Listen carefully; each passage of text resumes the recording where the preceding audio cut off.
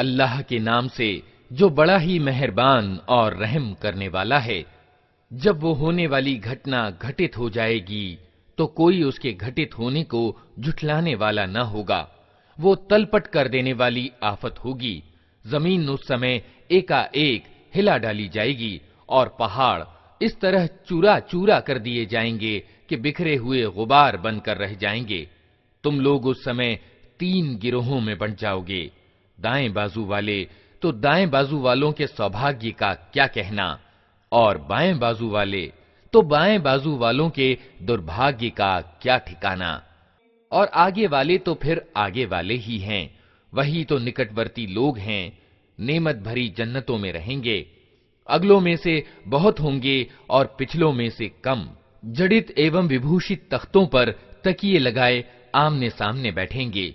उनकी मजलिसों में सार्वकालिक किशोर प्रवाहित स्रोत की शराब से भरे प्याले और कंटर और सागर लिए दौड़ते फिरते होंगे, जिसे पीकर न उनका सिर चकराएगा न उनकी बुद्धि में विकार आएगा।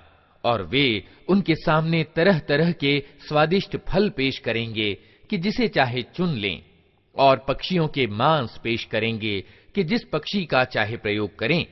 और उनके लिए सुंदर आंखों वाली अप्सराएं यानी हूरें होंगी, ऐसी सुंदर जैसे छुपा कर रखे हुए मोती। ये सब कुछ उन कर्मों के बदले के रूप में उन्हें मिलेगा जो वे दुनिया में करते रहे थे। वहां वे कोई बकवास या गुनाह की बात न सुनेंगे। जो बात भी होगी ठीक ठीक होगी। और दाएं बाजू वालों के सौभाग्य का क्या कहना। वे कांटे रहित बेरियों और ऊपर तले चढ़े हुए केलों और दूर तक फैली हुई छांव और हर पल बहता पानी और कभी समाप्त न होने वाले और बेरोक टोक मिलने वाले ढेर सारे फलों और ऊंची बैठकों में होंगे। उनकी बीवियों को हम विशेष रूप से नए सिरे से पैदा करेंगे और उन्हें कुंवारियां बना देंगे, अपने शौहरों की आशिक और उम्र में बराबर। ये कुछ दाएं बाजू वालों के लिए है। वे अगलों में से भी बहुत होंगे और पिछलों में से भी बहुत। और बाएं बाजू वालों के दुर्भाग्य का क्या पूछना।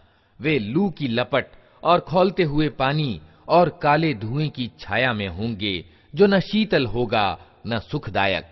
ये वे लोग होंगे जो इस परिणाम को पहुंचने से पहले सुखी संपन्न थे और महापाप पर आग्रह करते थे। कहते थे, क्या जब हम मरकर मिट्टी हो जाएंगे और हड्डियों का पंजर रह जाएंगे तो फिर उठा खड़े किए जाएंगे? और क्या हमारे बाप दादा भी उठाए जाएंगे जो पहले गुजर चुके हैं? ए नबी, इन लोगों से कहो, यकीनन अगले और पिछले सब एक दिन जरूर इकट्ठे किए जाने वाले हैं, जिसका समय नियत किया जा चुका है। फिर ए गुमराहो और झुठलाने वालों, तुम जक्कूम यानी थूहड़ के पेड़ का भोजन करने वाले हो। उसी से तुम पेट भरोगे और ऊपर से खौलता हुआ पानी तौंस लगे हुए ऊंट की तरह पियोगे। ये है उन बाएं बाजू वालों के अतिथि सत्कार की सामग्री बदला दिए जाने के दिन। हमने तुम्हें पैदा किया है, फिर क्यों तस्दीक नहीं करते? कभी तुमने विचार किया, ये वीर्य जो तुम डालते हो, इससे बच्चा तुम बनाते हो या उसके बनाने वाले हम हैं? हमने तुम्हारे बीच मौत को बांटा है और हमारे बस से ये बाहर नहीं है कि हम तुम्हारे रूप बदल दें और किसी ऐसे रूप में तुम्हें पैदा कर दें जिसको तुम नहीं जानते। अपनी पहली पैदाइश को तो तुम जानते ही हो, फिर क्यों शिक्षा ग्रहण नहीं करते? कभी तुमने सोचा, ये बीज जो तुम बोते हो, इनसे खेतियां तुम उगाते हो या उनके उगाने वाले हम हैं? हम चाहें तो इन खेतियों को भूस बनाकर रख दें और तुम तरह तरह की बातें बनाते रह जाओ कि हम पर तो उल्टा डांड पड़ गया, बल्कि हमारे तो नसीब ही फूटे हुए हैं।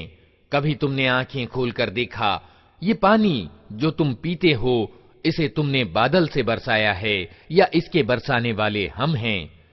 हम चाहें तो इसे अत्यंत खारा बनाकर रख दें, फिर क्यों तुम कृतज्ञता नहीं दिखाते?